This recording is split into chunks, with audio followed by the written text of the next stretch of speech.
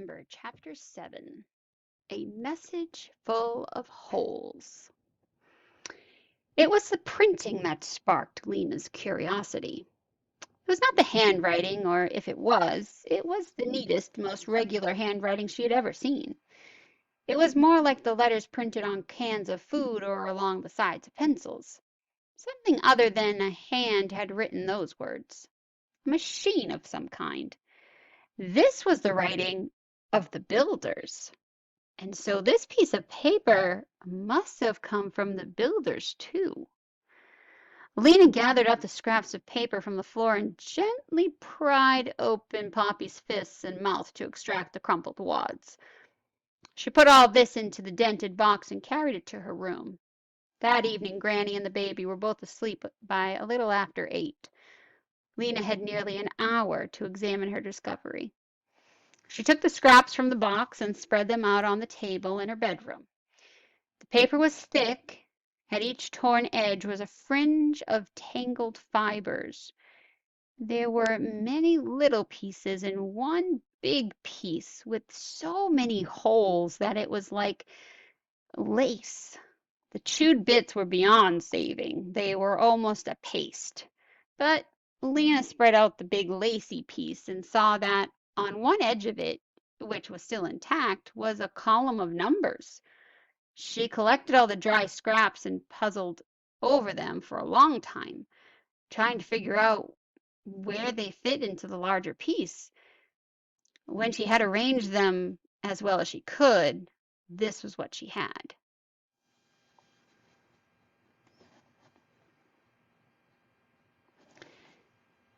Instru egress. This offic doc in strict secure period of years. Prepare a made for in ha city as fall. 1. Exp riv ip orc. 2. Sun marked with E by R. Dig. 3. Aid down iverb enk. 2 edge upper. 8. Low. 4. Axe to the wat fine door of b cur key hind small steel pan the right rem e open dough. 5. Oat stocked with neck uip ent back ont s eat. 6. Usi opus lily tur head dow street us pa av and assist over wrap. 7. Approx 3 hours. Disem follow hat. Well, that's interesting. Lena could make sense of only a few words here and there. Even so, something about this tattered document was exciting. It was not like anything Lena had ever seen. She stared at the very first word at the top of the page, instra, and she suddenly knew what it must be. She'd seen it often enough at school. It had to be the beginning of instructions. Good thought. Her heart began knocking at her chest like a fist at a door. She had found something. She had found something strange and important. Instructions for something. But for what? And how terrible that Poppy had found it first and ruined it. It occurred to Lena that this might be what her grandmother had been talking about for so long. Perhaps this was the thing that was lost. But, of course, not knowing what had been lost, Granny wouldn't have recognized the box when she saw it. She would have tossed it out of the closet just as carelessly as she tossed everything else. Anyhow, It didn't matter whether this was the thing or not the thing. It was a mystery in itself, whatever it was, and Lena was determined to solve it. The first step was to stick the scraps of paper down. They were so light that a breath could scatter them off, and she had a little bit of glue left in an old bottle. Painstakingly, she put a dot of glue on each of the scraps and pressed each one into its place on one of her precious few remaining whole sheets of paper. She put another piece of paper on top of this and set the box on top to flatten everything down. Just as she finished, the lights went out. She'd forgotten to keep an eye on the clock on her windowsill. She had to undress and get in bed in the dark. She was too excited to sleep much that night. Her mind whirled around, trying to think what the message she'd found might be. She felt sure it had something to do with saving the city. What if these instructions were for fixing the electricity? Or for making a movable light? That would change everything. When the lights went on in the morning, she had a few minutes before Poppy wakened to work at the puzzle. But there were so many words missing. How could she ever make sense of such a jumble? As she pulled on her red jacket and tied the frayed and knotted laces of her shoes, she thought about it. If the paper was important, she shouldn't keep it to herself. But who could she tell? Maybe the messenger captain? She would know about things like official documents. Captain Fleary, Lena said when she got to work, would you have time to come home with me later on today? Just for a minute? I found something I'd like to show you. Found what? Asked Captain Fleary. Some paper with writing on it. I think it might be important. Captain Fleary raised her skinny eyebrows. What do you mean important? Well, I'm not sure. Maybe it isn't, but would you look at it anyway? So that evening, Captain Fleary came home with Lena and peered at the bits of paper. She bent down and inspected the writing. Fall, she asked. Axe, rem, aunt. What kinds of words are those? I don't know, said Lena. The words are all broken up because Poppy chewed on them. I see, said Captain Fleary. She poked at the paper. This looks like instructions for something, she said. A recipe, I suppose. Small steel pan. That would be what you use to cook it with. But who would have such small, perfect writing? That's the way they wrote in the old days, said Captain Fleary. It would be a very old recipe. But then why would it have been kept in this beautiful box? She showed the box to Captain Fleary. I think it was locked up in here for some reason, and you wouldn't lock up something unless it was important. But Captain Fleary didn't seem to have heard her. Or, she said, it could be a school exercise. Someone's homework that never got turned in. But have you ever seen paper like this? Doesn't it look as if it came from someplace else? Not here? Captain Fleary straightened up. A look of puzzlement came over her face. There is nowhere but here, she said. She put both of her hands on Lena's shoulders. You, my dear, are letting your imagination run away with you. Are you overtired, Lena? Are you anxious? I could put you on short days for a while. No, said Lena. I'm fine. I am, but I don't know what to do about. She gestured toward the paper. Never mind, said Captain Fleary. Don't think about it. Throw it away. You're worrying too much. I know. We all are.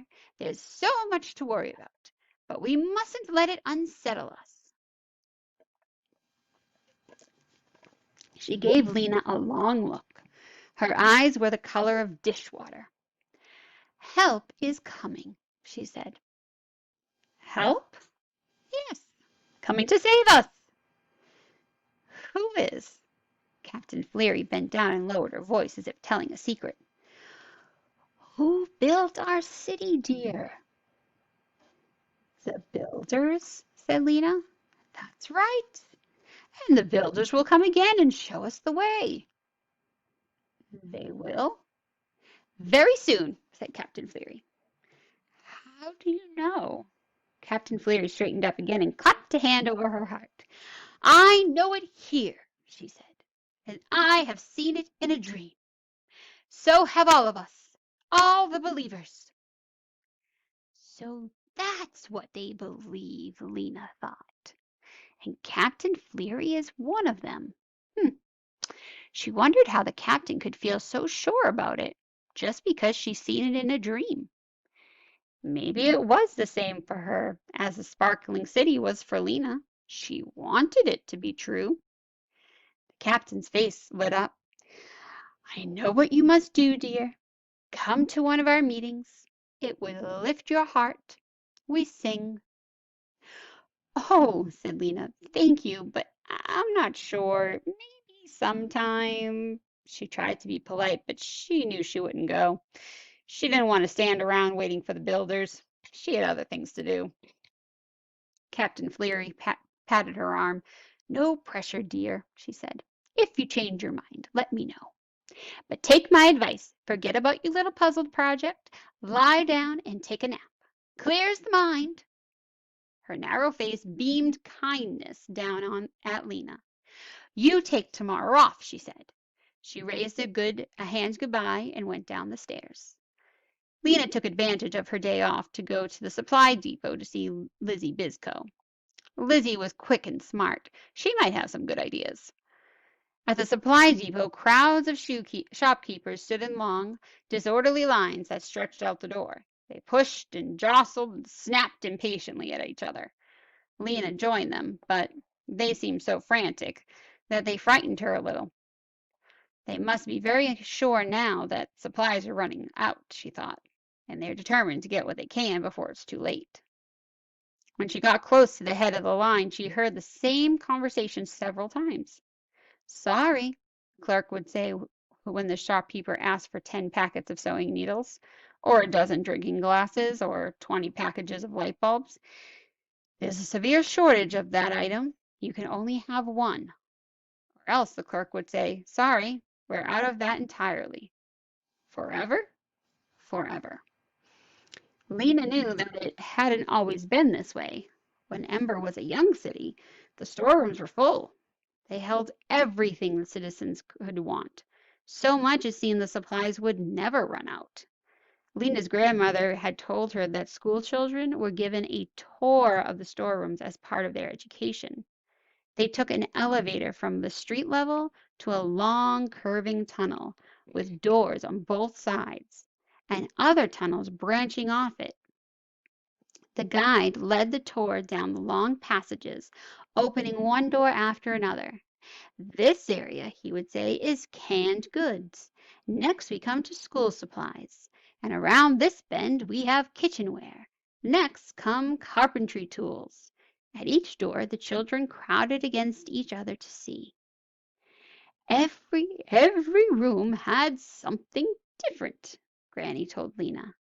"Boxes of toothpaste in one room, bottles of cooking oil, bars of soap, boxes of pills. There were 20 rooms just for vitamin pills. One room was stocked with hundreds of cans of fruit. There was something called pineapple. I remember that one especially." "What was pineapple?" asked Lena.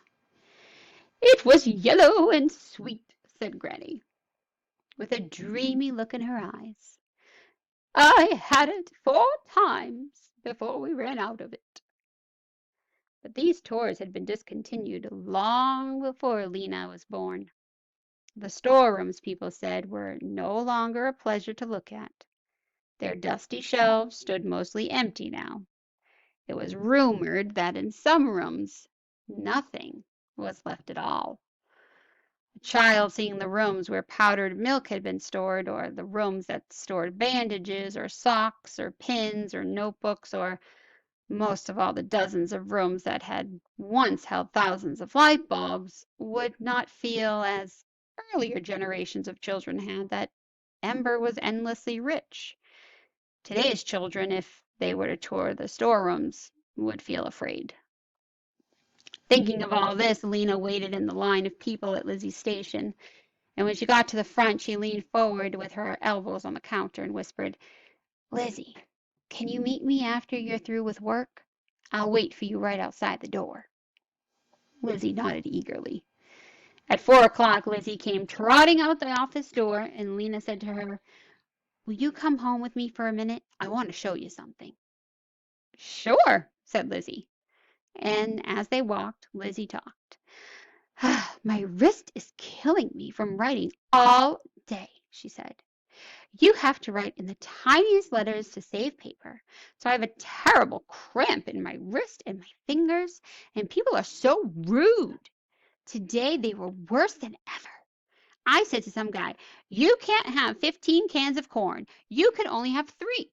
And he said, 'Look, don't tell me that. I saw plenty of cans in the Pot Street Market just yesterday.' And I said, 'Well, that's why there aren't so many left today.' And he said, 'Don't be smart with me, carrot head.' But what am I supposed to do? I can't make cans of corn out of thin air." They passed through Harkin Square, around the gathering hall, and down Roving Street, where 3 of the floodlights were out, making a cave of shadow. "Lizzie," said Lena, interrupting the flow of talk, "is it true about light bulbs?" "Is what true?"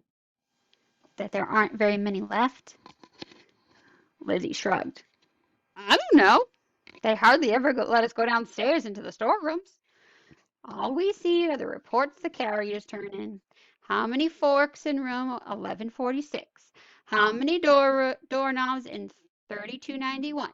How many children's shoes in 2249? But when you see the report for the light bulb room, what does it say?" "I never get to see that one," said Lizzie. "That one and a few other ones like the vitamin report, only a few people can see." "Who?"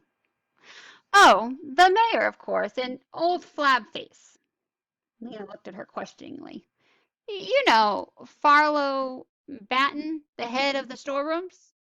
He is so mean, Lena. You would just hate him. He counts us late if we come in even 2 minutes after 8. And he looks over our shoulders as we're writing, which is awful because he has such bad breath and he runs his finger over what we've written and says, 'This word is illegible.' What word is illegible? These numbers are illegible. It's his favorite word, illegible." When they came to Lena's street, Lena ducked her head into the door of the yarn shop and said hello to Granny, and then they climbed the stairs to the apartment. Lizzie was talking about how hard it was to stand up all day, how it made her knees ache, how her shoes pinched her feet. She stopped talking long enough to say hello to Eveline Murdo, who was sitting by the window with Poppy on her lap. And then she began again as Lena led her into her bedroom. "Lena, where were you when the big blackout came?" she asked.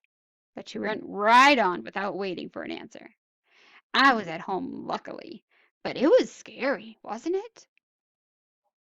Lena nodded. She didn't want to talk about what had happened that day.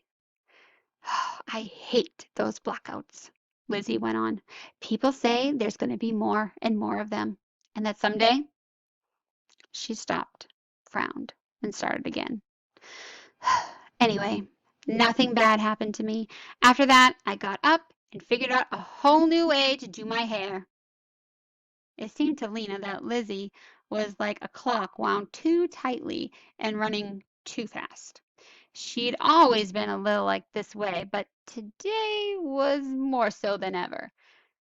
Her gaze skipped from one spot to another. Her fingers twiddled with the edge of her skirt. She looked paler than usual, too.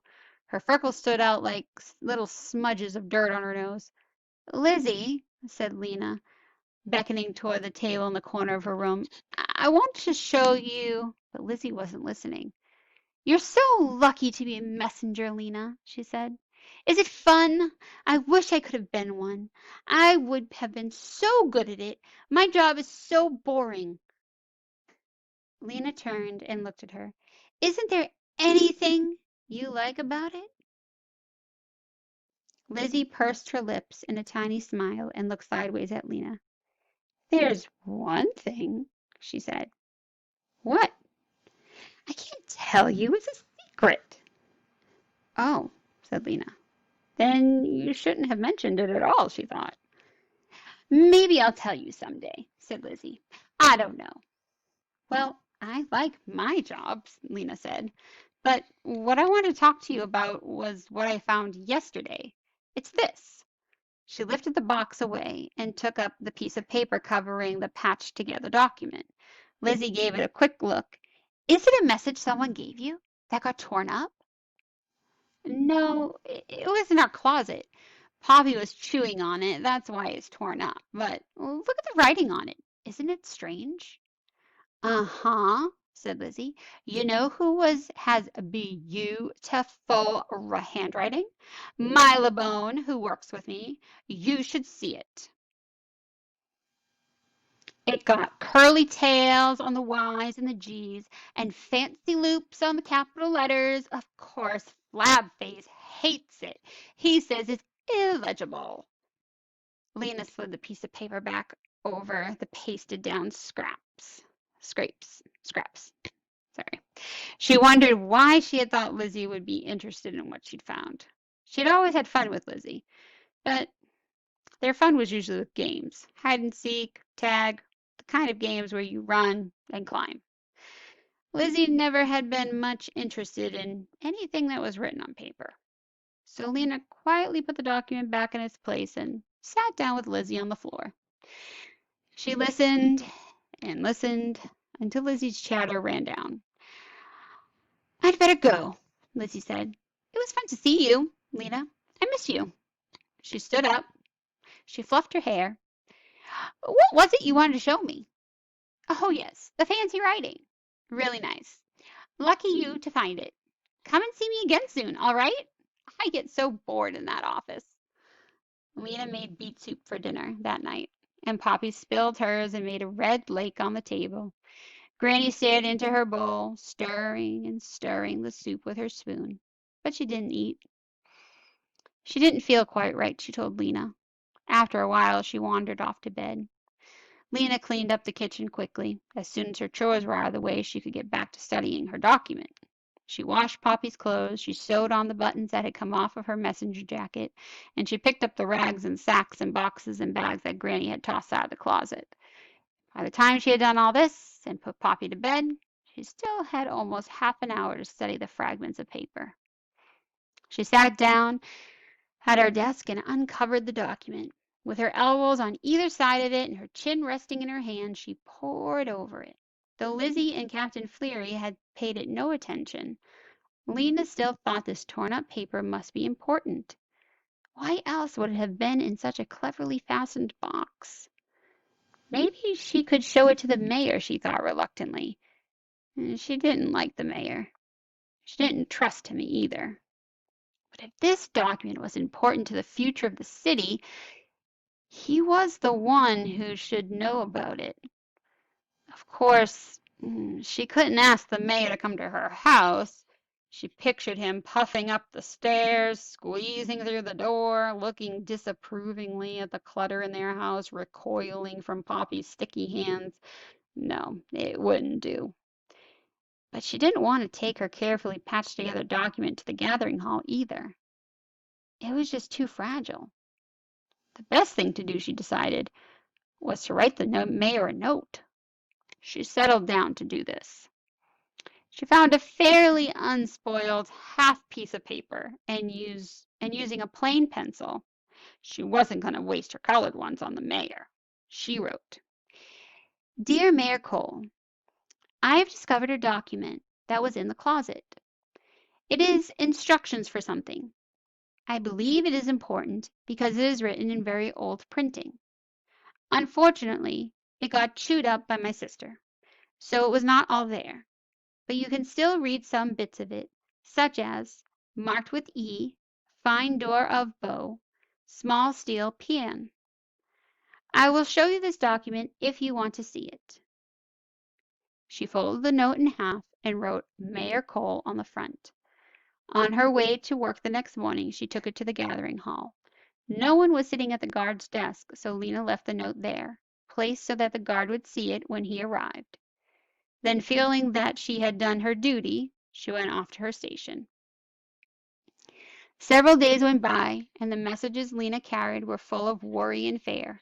Do you have any extra baby drink? I can't find it at the store. Have you heard what they're saying about the generator? We can't come tonight. Grandpa B won't get out of bed. Every day when she got home from work, Lena asked Granny, did a message come for me? But there was nothing. Maybe the mayor hadn't gotten her note. Maybe he'd gotten it and paid no attention. After a week, Lena decided she was tired of waiting. If the mayor wasn't interested in what she'd found, too bad for him. She was interested. She would figure it out herself. Twice during the week when Poppy and Granny were both asleep, she had a little free time. So she spent this time making a copy of the document in case anything happened to the fragile original. It had taken her a long time. She used one of her few remaining pieces of paper, an old label, slightly torn from a can of peas, and the copy was as accurate as she could make it, with the missing bits between the letters carefully indicated as dashes, and she had tucked it under the mattress of her bed for safekeeping. Now she finally had a whole free evening. Poppy and Granny were both asleep and the apartment was tidy. Lena sat down at her table and uncovered the patched together document. She tied back her hair so it wouldn't keep falling in her face, and she put a piece of paper next to her, blank except for a little bit of Poppy's scribbling to write down what she decoded. She started with the title. The first word she'd already figured out. It had to be instructions. The next word would be for. Then came egress. She wasn't sure about that. Maybe it was someone's name. Egressman, Egreston, instructions for Egreston? She decided to call it the instructions for short. She went on to the first line. This offic doc probably meant this official document. Maybe secure meant secure or security. Then there were the words period and ears and city. But after that, so much was missing. She studied the line next to the number 1. That could be except or expert or so many things. She moved on to Riv. That might be part of a word like drive or strive. What could ip and orc possibly be? They were so close together. Maybe they were part of one word. What ended with ip? Whip, Lena thought. Trip, slip. What ended with orc? Fork came to mind immediately. Trip fork, slip fork. Nothing she could think of made sense. Maybe it wasn't fork. What else ended in orc? Starting at the beginning of the alphabet, Lena went through all the words that rhymed with fork. Most of them were nonsense. Bork, dork, gork, hork, jork. This isn't going to work, she thought miserably. Oh, work. The word could be work. Then what would the first part be? Trip work, flip work. But maybe there was a letter between the P and the W. Dip's work, Pip's work. Suddenly it came to her. Pipe, pipe works. Pipe works. That had to be it. Something in this message was about the pipe works. Lena looked back at X and Riv. Riv, that could be River. Rapidly, she ran her eyes down the page. In line 3, she saw Ivrib ink. That looks like riverbank. The word door jumped out at her from line 4, hole on its scrap of paper. Lena took a quick breath. A door! What if it was one she'd wished for? The one that led to the other city. Maybe her city was real after all, and these were instructions for finding it. She wanted to leap from her chair and shout. The message had something to do with the river, a door, and the pipeworks. And who did she know who knew about the pipeworks? Dune, of course. She pictured this thin, serious face and his eyes looking out searchingly from beneath his dark eyebrows. She pictured how he used to bend over his work at school, holding his pencil in a hard grip, and of how during free time he was usually off by himself in a corner studying a moth or a worm or a taken apart clock. That was one thing, at least, that she liked about Dune. He was curious. He paid attention to things. And he cared about things, too. She remembered how he'd been on assignment day, so furious at the mayor, so eager to trade his job for her bad one so he could help save the city. And he'd taken Poppy inside his father's shop on the day of the blackout so she wouldn't be afraid. Why had she stopped being friends with Dune? She vaguely recalled the incident at the light pole. It seems silly now, and long ago. The more she thought about Dune, the more it seemed he was the very person, the only person, who might be interested in what she had found. She placed the plain piece of paper over the instructions and put the box on top. I'll go and find Dune, she thought. Tomorrow was Thursday, their day off. She would find him tomorrow and ask for his help. And the plot thickens. That is the end of our chapter.